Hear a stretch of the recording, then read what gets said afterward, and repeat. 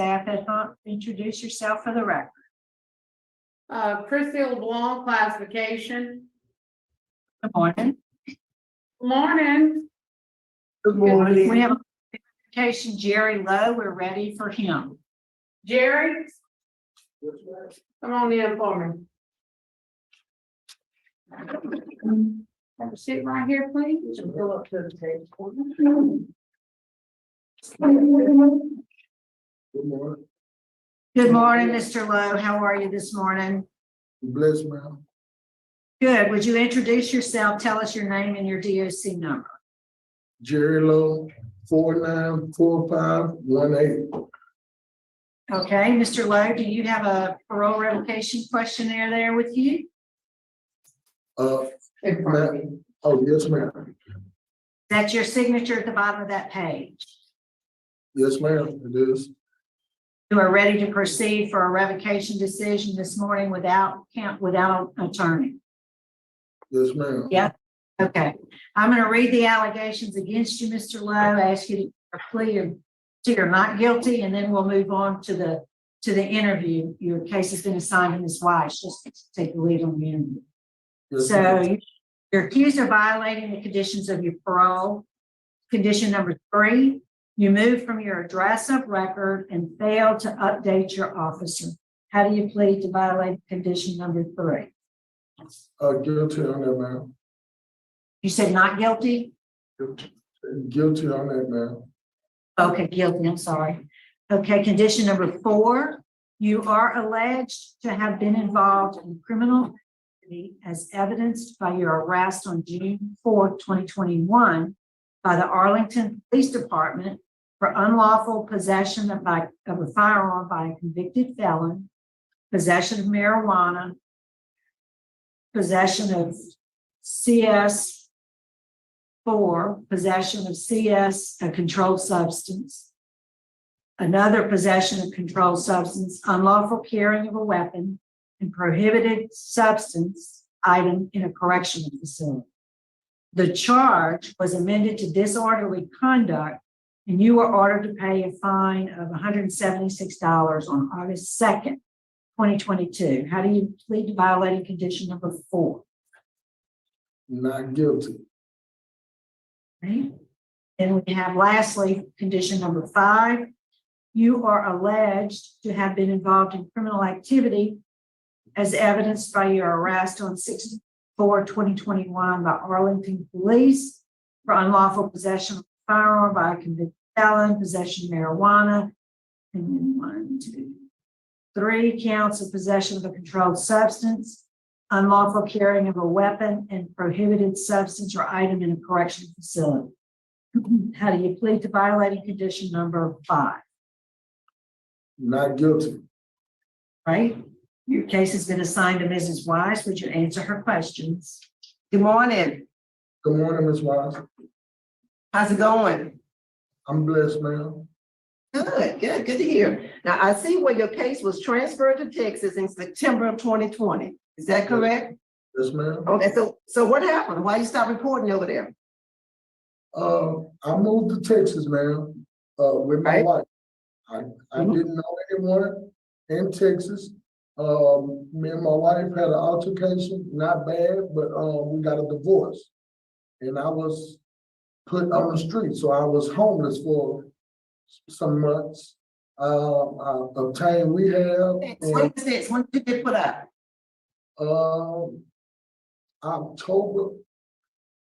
August to October of 20, right after I got like a year, something Now, like wait a that. minute. Transferred to Texas in September of 2020. Yes, ma'am. When I got out, when I got out 2020, like a year, so just say a year after that, sometime in 21, where we got. Okay, so August of 21 is when y'all broke up. Yes, ma'am. Yes, ma'am. Around. Around that time, and I was reporting as I can, no vehicle, no nothing. And I told Babylon that I'm moving with my daughter, but I wasn't on her lease. So it was a 1-bedroom apartment. So after that, I was, I'm just stuck. I was just coming home. I needed help. I didn't have nobody in Texas that I could turn to in Houston. So they led me to get a ride. So when I got a ride to Arlington, I met with the people that I was getting in the car with. And at that time, that's when the police found all us, but none of that wasn't mine. None of that stuff. So, all that's in the report, so your statement is matching what's in the report. So when you got put out by your wife, did you report that to your parole officer in Texas? Yes, To ma'am. see any place she could refer you to, if there's Salvation Army or a Goodwill place, did you do that? No, he asked me, do I have another address? And I gave him my daughter's address. I have all that here. Okay. And that was, you Houston, and that was gonna require you to move to Arlington. No, after that, no, I gave him the address in Houston. After my wife, I still. But you have, okay, so you told the officer, you didn't tell the officer I'm homeless, I need a place to stay. You told the officer, this is where I'm going to go move to. No, he asked me, did I have another address in Texas to go to right now?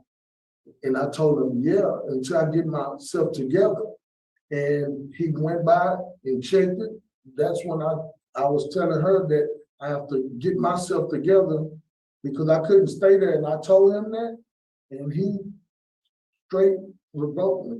He straight revoked me. Okay. And some part that came that he had left a car. But I was already I'd already went to Arlington trying to make it to my sister's house.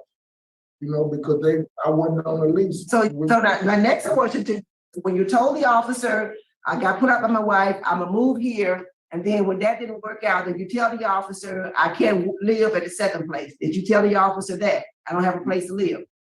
No, ma'am. I didn't. I absconded by then because I had missed 2 months. And I'm here. Yeah. It's not a violation to be homeless. The violation is not letting the officer know you're homeless. Yes, ma'am. But I did tell him I was in rehab. That's when I went to rehab, I did notify him and let him know that I was in rehab, trying to get better, trying to get myself together. Yeah. September and October of 21. I was at the White Step recovery home in Houston, Texas. Good. That's good to hear. So that's probably what contributed to your divorce too, your drug use, huh? Yeah, I got back on drugs after my divorce and everything went down. Like I'm not. Oh, you're saying that it was after your divorce. It's not the reason why. Was that a factor in your divorce? The fact that you were using drugs?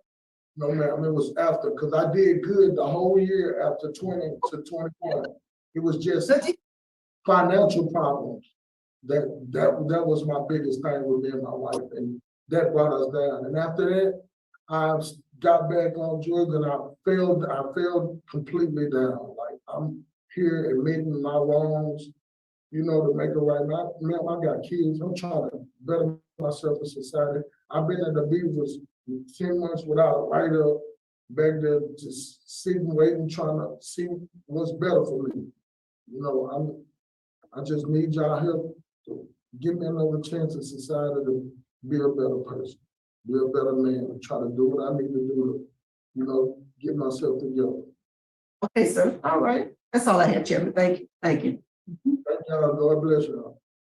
All right, is there anything else you'd like to say to us before we vote? It's all in God's hand. Y'all do. I just pray for the best now, prepare for the worst. We're ready to vote. Mrs. Wise will be voting first. Mr. Lowe, you really did get yourself in a bind. My vote is to revoke your supervision based on your guilty plea and the findings of guilty to the other allegations. I'm going to, recommend transitional work before you get out this time and substance abuse treatment. You are almost eligible for transitional work.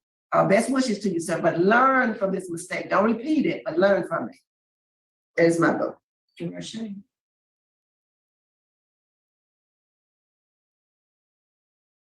Mr. Lowe. Mr. Lowe, Yes, sir. how long have you been using drugs? Not that long. It's only when I go through something. I Okay, can't say okay. So how long have you used drugs? a couple, like a year. It'd be on and off, like a year, 6 months, something like that. It don't be like I don't know. That's sufficient, okay. Yes, sir. My vote is a little different. In lieu of revocation, complete a long-term substance abuse program provided for you by the Department of Corrections. And we'll add some conditions after you complete the program. Attend at least 3 NAAA meetings a week and follow all recommendations of that substance abuse program. All right, Mr. Lowe. I've listened intently.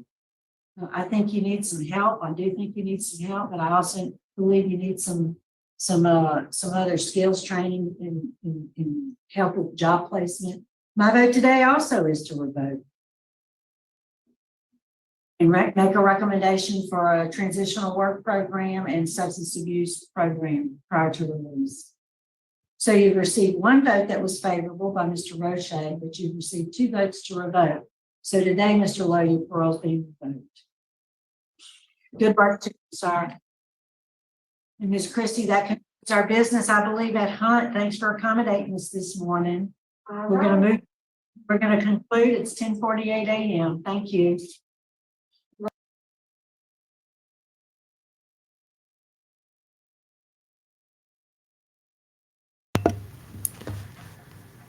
You know, he didn't seem to, well, he wasn't happy, and who wouldn't be, but I thought it was a pretty good, I guess, a situation. They said that, you know, he's going to move through the program and then be, and then qualify for work release, which seems to me like the best path forward. He's going to be put in a position to work, and depending what job he gets, he can actually make meaningful amount of money, which is just it's one of the programs I'm a huge fan of, because you're not sending someone out on the street to just repeat that cycle, doing the same thing over and over and expecting different results. The man was homeless.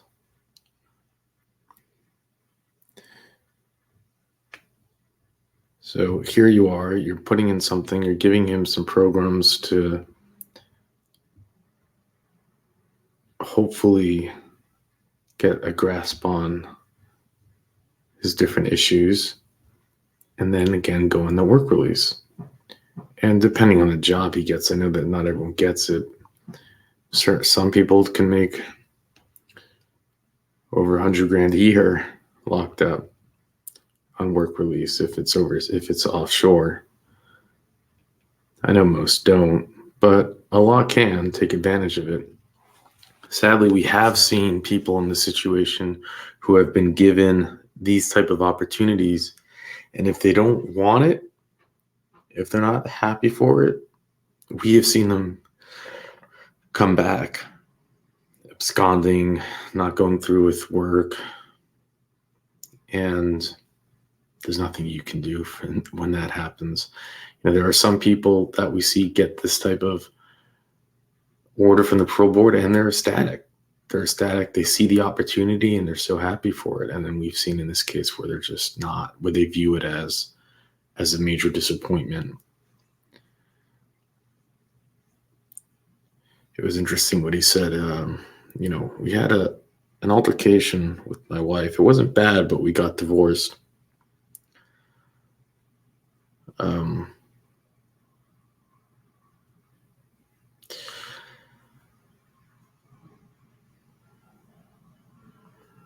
Well, I hope that he can get through this and be happy with the opportunity and come out the other side with savings and in a much better place to succeed. I suppose we'll find out. And with that, I'll let you go.